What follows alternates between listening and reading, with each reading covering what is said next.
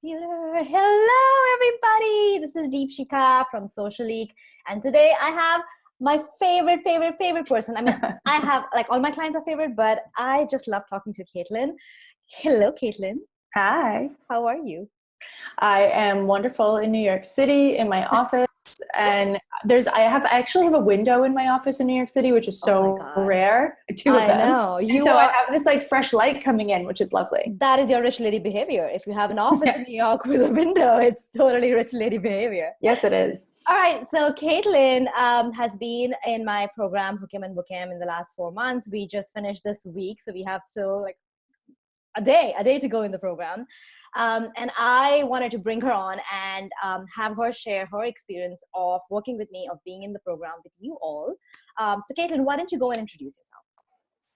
Hi, everybody. I am Kate Donovan. I'm an acupuncturist and a burnout coach, mostly because I kept burning out myself and needed the help. So I did all the research and wrote a book and started a podcast and did all the things I needed to do to get myself healthy again. And then used that combination of sort of life coaching and Chinese medicine to create something that no one else is doing and solely focus on burnout, and especially in female entrepreneurs. That's actually really important to me. So those are all the hats I wear, I guess. Oh my God. Yeah. And she has a podcast. She has a book coming out. So Caitlin, let's talk about a little bit about little before you joined Hook 'em and Book 'em. So I know we've always been in touch with each other. We've done B School together. And I know we also had a call last summer where we decided that we'll not do this right now. So tell me a little bit of what your before looked like before joining Hook 'em and Book 'em. I have been basically trying to do things online for a couple of years now, and I've had many successes along the way, but nothing that's been sustainable. And I was to the point where I had just moved internationally, and I ended up injuring myself and spending 4 months in bed. So I was way behind on where I assumed I would be on my income, building a new acupuncture practice, a new coaching practice, a new platform, new contacts, a new network, all of it, while nursing an Achilles injury and sort of, so it was kind of, I was kind of a mess, if we're going to be totally frank about it. Right. And I knew that I needed to do something or get stuck in that mess sort of forever. Yeah. But I didn't have the freedom financially to feel really safe doing it. So it was a hard decision for me. Yeah. And you were just talking and you said that you felt very scared of making that decision. Yes, right. I did feel very scared of making that decision. And then I went to a conference and somebody that did, I met Swapna there. Oh yes. Yeah. Your first round of Hook 'em and Book 'em. And I was like, I think I'm going to sign up. And she was like, you'll make the money back. It's fine. And I kind of needed that external confirmation that would be okay. And in fact, I did make my money back within the 4 months. So she was right. Yeah, that's awesome. I'm so glad to hear that. So talk to us about your experience in Hook 'em and Book 'em. I tend to be the person that calls other people out. And so there's not a lot of people, people are a little bit afraid of me sometimes, like not as a client, but like my friends. So I don't get called out very much. Yeah. And Dee did not let me get away with really anything. She did let me crash when I needed to. She wasn't like, oh, you're not allowed to be upset. She let me crash. But, when I was really sort of going through the thick of it, you kept reminding me to come back to myself. You kept reminding me to come back to the practices that I know and love so much. You kept reminding me that the work that I do is valuable. And that's a hard thing as a female entrepreneur, to recognize your value. And I hate when people say that because it sounds so cliche. Regular. Yeah. It's so regular, but it is really, really difficult. And it was empowering to me to consistently hear you say, but listen, what you have to offer matters. So I got a lot of hand holding. I also got a lot of ass kicking in the best possible. You did. Lovingly. You got your ass kicked lovingly. Yeah. She held my hand and kicked my ass at the same time. But that was really necessary for me because I was really stuck and really afraid. And I still have some fear now, and especially with all this coronavirus coming up, I don't even know if half my fear is mine or half of it like belongs to the universe right now. So I'm not saying that I'm done with fear, but I just asked Dee actually this past week to look over some of my copywriting, and she asked me one question about it. But I looked over the copywriting myself and I already knew what to fix because you've taught me to look at things differently. Yeah. Yeah. And also I feel like, you must have seen me saying it a lot of times that I am not going to answer your question all the time. You need to come up with your answers. I'm going to guide you towards the answer. That. I do that to people all the time and I hate it. My mother always says, she works with a coach that's a friend of mine, and she uses that question that all coaches, we all love. Like, but if you did know, what would you say? She's like, and every time she asks me, I'm like, Katie asks that question. So funny. Yeah, but the philosophy behind it is that we're all whole beings, right? And we have the answer. We just need a little bit of digging from someone outside to get that answer out. And she's very good at that. Yes, thank you. And you also we have accountability partners, by the way, inside the program, and you had such a great relationship with yours. So can you one of my favorite people ever at this point in time, and we just had such a great background conversation going on through the whole program, and we both had major difficulties come up through the 4 months, and we were able to support each other and help each other. And I went, and when I was told that we were going to be set up with accountability partners, what usually happens is, in my life, because I'm the coach, is I'm the one who carries other people. I don't get help, I give help. And that was not the case here because we're both healers. Yes. And it was very, very intentionally done that way. And I was hoping that she was going to be my partner when I saw her pop up in the program, because I've been following her on Instagram anyway. And so when you put us together, it was like, oh, sweet relief. That's awesome. And sometimes, Caitlin, a lot of people join a program, they aren't really sure. They're like, oh, do we need 101? Do we need a group?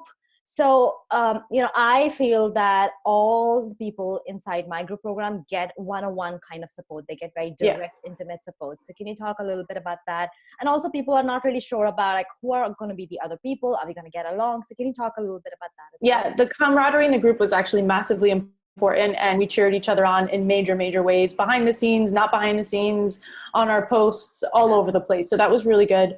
And I also would say that one of the things that was surprising to me, and that I will use in my programs in the future because I loved it so much, was the Ask a Question Wednesdays, where Dee stops and records a video with your answer. Instead of just typing something out tritely, she stopped and took in the energy of the question and created videos that were sometimes a minute, sometimes 15, as direct answers to what people were asking. So there was still felt like a ton of one-on-one time, even though that's not necessarily the design of the group. Like between the hot seats that definitely give each and every person their time and their say, but the Ask Wednesdays that you respond to with actual videos was something that I will take with me forever because I think it's so powerful. Thank you so much. Oh, that's Thank awesome. you so much. And I just want to mention that when you were talking about the group, what we absolutely love inside the group is the GIF battles that we have going on with each other. That is absolutely, like, we literally reply to each other with the Jiffy. So that just includes, and that just takes that level to a whole different, friendship, I would say. You've also had some really interesting other observations around you. Like you were talking about, you've noticed a lot of buzz, and there's some really great influencers that are going to come on your podcast. Do you want to talk about that a little bit? Yes. When we're talking about the buzz, when Dee started saying, you have to look for who's buzzing around you. And I was like, nobody's buzzing around me. Everybody only comments on my stuff to do me a favor. They're like other business people, they're other B schoolers, and they're just sort of liking me to help me out. Like nobody is actually following me because they want what I have to say. And she forced me to confront that. So I did. And I started making lists of the people that were buzzing. And as it turns out, I have a lot more buzz than I initially imagined. And because of the way that it wasn't even something that you said that I thought was like new or different. It's just, I just hadn't decided to apply it for myself yet. Yeah. But I did have somebody find me by Googling about the podcast. Wow. Right. She Googled about about a burnout podcast, ended up on Friday, loved what she heard, shared one of my posts and tagged me in it. I responded to her, and within 3 days she was my client. Wow. Oh my God. That makes me so happy. Like, that's the magic. That makes me so happy. That's the magic. And so it was, and I probably would have said thank you for sharing in the past, but I wouldn't have responded the way that I was taught to respond. That makes more sense to me anyway, and that is much more natural to who I am. So it was, it's just like, it was sort of strange, but that was really, really important for me to realize that there actually is buzz. There actually are people that are following me because they actually need to hear the things that I'm saying. We're back to that worth piece that you mentioned, like that we talked about today.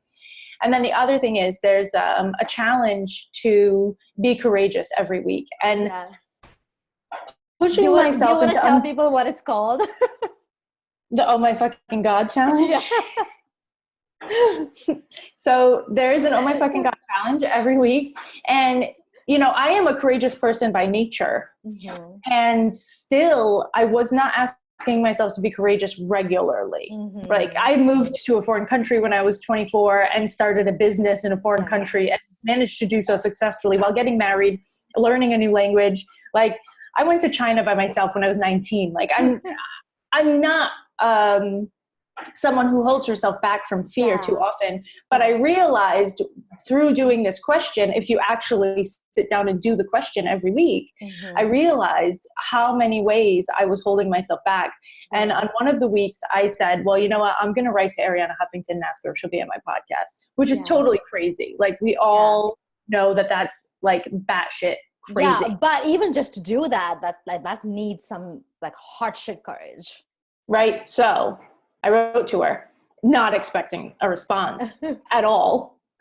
And she responded, or somebody from her team responded, either I don't know who it was or whatever. It doesn't really matter. It was a gracious response that demonstrated boundaries and generosity all at the same time. She said, I don't have a schedule that allows me to be on your podcast at the moment, but I see that you've contributed to Thrive Global in the past. Why don't you write the origin story of your podcast as an article on Thrive and invite your guests that have been on your podcast to write their stories and share links to your podcast in their stories? And I thought, oh my God, that's actually an amazing idea. And I would have never come up with it if it wasn't for that suggestion. And I wrote that article and it got like 2,000 reads within a week. Wow. And as a result of that, I feel like I think I remember you booked someone really influential in the industry as well. Yes. I have 2 sort of big names coming up that I just thought, you know what, I'm just going to ask. Yeah. Oh my God, that's so amazing.